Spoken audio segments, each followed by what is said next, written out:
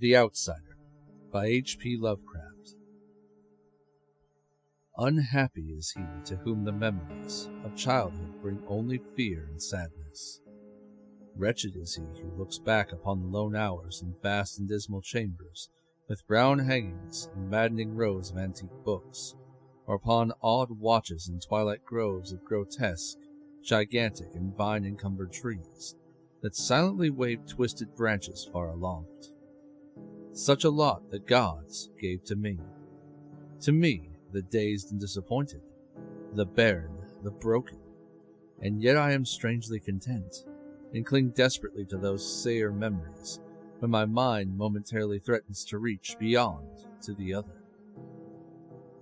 I know not where I was born, save that the castle was infinitely old and infinitely horrible, full of dark passages and high ceilings where the eye could find only cobwebs and shadows.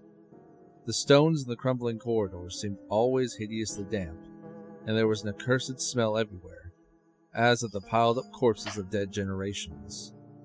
It was never light, so that I used sometimes to light candles and gaze steadily at them for relief. Nor was there any sun outdoors, since the terrible trees grew high above the topmost accessible tower. There was one black tower which reached above the trees into the unknown outer sky, but that was partly ruined and could not be ascended, save by the well-nigh impossible climb up the sheer wall, stone by stone. I must have lived years in this place, but I cannot measure the time. Beings must have cared for my needs, yet I cannot recall any person except myself, or anything alive, but the noiseless rats and bats and spiders. I think that whoever nursed me must have been shockingly aged, since my first conception of a living person was that of something mockingly like myself, yet distorted, shriveled, and decaying like the castle. To me there was nothing grotesque in the bones and skeletons that strewed some of the stone crypts deep down among the foundations. I fantastically associated these things with everyday events, and thought them more natural than the colored pictures of living beings which I found in many of the moldy books. From such books, I learned all that I know. No teacher urged or guided me, and I do not recall hearing any human voice in all those years, not even my own. For although I had read of speech, I had never thought to try to speak aloud. My aspect was a matter equally unthought of, for there were no mirrors in the castle, and I merely regarded myself by instinct as akin to the youthful figures I saw drawn and painted in the books. I felt conscious of youth because I remembered so little. Outside, across the putrid moat and under the dark mute trees, I would often lie and dream for hours about what I read in the books. I would longingly picture myself amidst gay crowds in the sunny world beyond the endless forest. Once I tried to escape from the forest, but as I went farther from the castle, the shade grew denser and the air more filled with a brooding fear, so that I ran frantically back, lest I lose my way in a labyrinth of nighted silence. So through endless twilights I dreamed, and waited, though I knew not what I waited for. Then in my shadowy solitude, my longing for light grew so frantic that I could rest no more, and I lifted entreating hands to the single black ruined tower that reached above the forest into the unknown outer sky.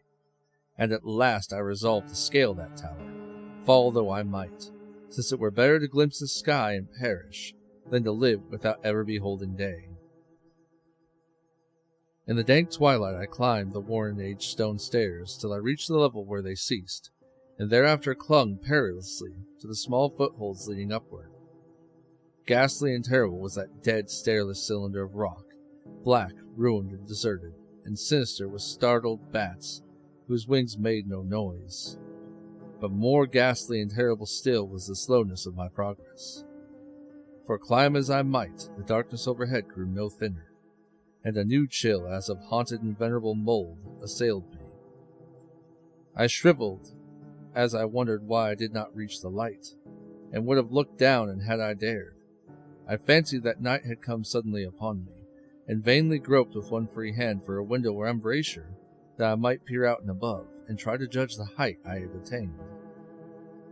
All at once, after an infinity of awesome sightless crawling up that concave and desperate precipice, I felt my head touch a solid thing, and I knew I must have gained the roof, or at least some kind of floor, In the darkness, I raised my free hand and tested the barrier, finding it stone and immovable. Then came a deadly circuit of the tower, clinging to whatever holds the slimy wall could give me, till finally my testing hand found the barrier yielding, and I turned upward again, pushing the slab or door with my head as I used both hands in my fearful ascent. There was no light revealed above, and as my hands went higher I knew that my climb was for nonce ended, since the slab was the trap door of an aperture leading to a level stone surface of greater circumference than the lower tower, no doubt the floor of some lofty and capacious observation center. I crawled through carefully, and tried to prevent the heavy slab from falling back into place, but failed in the latter attempt. As I lay exhausted on the stone floor, I heard the eerie echoes of its fall, but hoped when necessary to pry it open again. Believing I was now at a prodigious height, far above the accursed branches of the wood, I dragged myself up from the floor and fumbled about for windows, that I might look for the first time upon the sky, and the moon and stars of which I had read. Though on every hand I was disappointed, since all that I found were vast shelves of marble bearing odious oblong boxes of disturbing size. More and more I reflected, and wondered what hoary secrets might abide in this high apartment so many aeons cut off from the castle below. Then, unexpectedly, my hand came upon a doorway where hung a portal of stone, rough with strange chiseling. Trying it, I found it locked, but with a supreme burst of strength I overcame all obstacles and dragged it open inwards. As I did so, there came to me the purest ecstasy I have ever known. For shining tranquility through an ornate grating of iron, and down a short stone passageway of steps that ascended from the newly found doorway, was the radiant full moon, which I had never before seen, save in dreams and in vague visions I dared not call memories. Fancying now that I had attained the very pinnacle of the castle, I commenced to rush up the few steps beyond the door, but the sudden veiling of the moon by a cloud caused me to stumble. I felt my way more slowly in the dark. It was still very dark when I reached the grating, which I tried carefully and found unlocked, but which I did not open for fear of falling from the amazing height to which I had climbed. Then the moon came out. Most demoniacal of all shocks is that of the abysmally unexpected and grotesquely unbelievable. Nothing I had before undergone could compare to the terror with which I now saw, with the bizarre marvels that sight implied. The sight itself was as simple as it was stupefying, for it was merely this. Instead of a dizzying prospect of treetops seen from a lofty eminence, there stretched around me on a level through the grating nothing less than the solid ground, decked and diversified by marble slabs and columns, and overshadowed by an ancient stone church, whose ruined spire gleamed spectrally in the moonlight. Half unconscious, I opened the grating and staggered out upon the white gravel path that stretched away in two directions. My mind, stunned and chaotic as it was, still held the frantic craving for light, and not even the fantastic wonder which I had happened could stay my course. I neither knew nor cared whether my experience was insanity, dreaming, or magic, but was determined to gaze on brilliance and gaiety at any cost. I knew not who I was, or what my surroundings might be, though as I continued to stumble along I became conscious of a kind of fearsome latent memory that made my progress not wholly fortuitous. I passed under an arch out of that region of slabs and columns, and wandered through the open country, sometimes following the visible road, but sometimes leaving it curiously to tread across meadows, where only occasional ruins bespoke the ancient presence of a forgotten road. Once I swam across the swift river, where crumbling mossy masonry told of a bridge long vanished. Over 2 hours must have passed before I reached what seemed to be my goal, a venerable ivied castle in a thickly wooded park, maddeningly familiar, yet full of perplexing strangeness to me. I saw that the moat was filled in, and that some of the well-known towers were demolished, while new wings existed to confuse the beholder. But what I observed with chief interest and delight were the open windows, gorgeously ablaze with light, and sending forth the sound of gayest revelry. Advancing to one of these, I looked in and saw an oddly dressed company, indeed making merry, and speaking brightly to one another. I had never, seemingly, heard human speech before, and could only guess vaguely at what was said. Some of the faces seemed to hold expressions that brought up incredibly remote recollections. Others were utterly alien. I now stepped through the low windows into the brilliantly lighted room, stepping as I did so from my single bright moment of hope to my blackest convulsion of despair and realization. The nightmare was quick to come, for as I entered there occurred immediately one of the most terrifying demonstrations I had ever conceived. Scarcely had I crossed the sill when there descended upon the whole company a sudden and unheralded fear of hideous intensity, distorting every face and evoking the most horrible screams from nearly every throat. Flight was universal. In the clamor and panic, several fell in a swoon and were dragged away by their madly fleeing companions. Many covered their eyes with their hands and plunged blindly and awkwardly in their race to escape, overturning furniture and stumbling against the walls before they managed to reach one of the many doors. The cries were shocking, and as I stood in the brilliant apartment alone and dazed, listening to their vanishing echoes, I trembled at the thought of what might be lurking near me unseen. At a casual inspection, the room seemed deserted, but when I moved toward one of the alcoves, I thought I detected a presence there, a hint of motion beyond the golden arched doorway leading to another, somewhat similar room.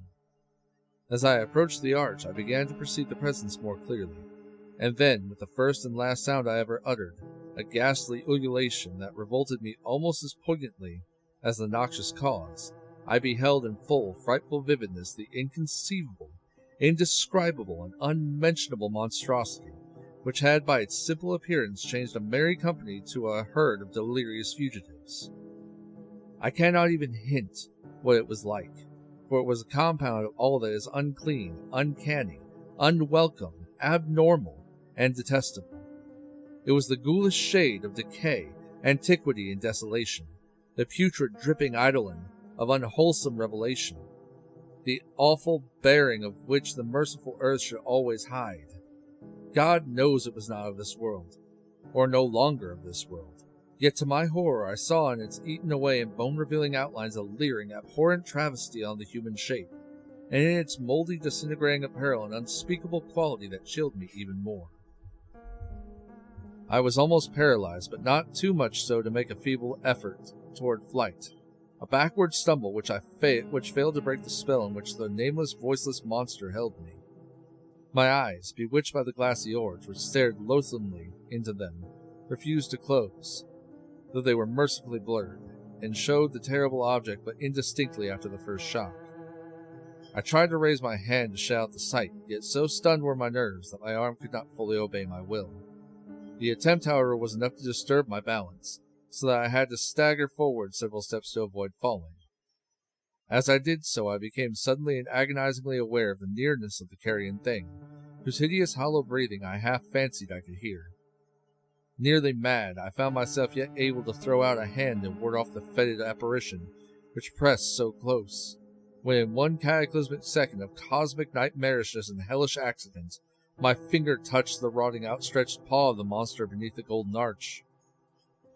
I did not shriek, but all the fiendish ghouls that ride the night wind shrieked for me, as in that same second there crashed down upon my mind a single and fleeting avalanche of soul-annihilating memory. I knew in that second all that had been. I remembered beyond the frightful castle and the trees, and I recognized the altered edifice in which I now stood. I recognized, most terrible of all, the holy abomination that stood leering before me as I withdrew my sullied fingers from its own. But in the cosmos there is a balm as well as bitterness, and that balm is Nepenthe. In the supreme horror of that second, I forgot what had horrified me, and the burst of black memory vanished in a chaos of echoing images. In a dream I had fled from that haunted and accursed pile, and ran swiftly and silently into the moonlight. When I returned to the churchyard place of marble and went down the steps, I found the stone trap door immovable. But I was not sorry, for I had hated the antique castle in the trees. Now I ride with the mocking and friendly ghouls on the night wind, and play by day amongst the catacombs of Nefren Ka, in the sealed and unknown valley of Hadoth by the Nile. I know that light is not for me, save that of the moon over the rock tombs of Neb, nor any gaiety save the unnamed feasts of Nitocris beneath the Great Pyramid. Yet in my new wildness and freedom I almost welcome the bitterness of alienage. For although Nepenthe has calmed me, I know always that I am an outsider, a stranger in this century and among those who are still men. This I have known ever since I stretched out my fingers to the abomination within that great gilded frame, stretched out my fingers and touched a cold and unyielding surface of polished glass.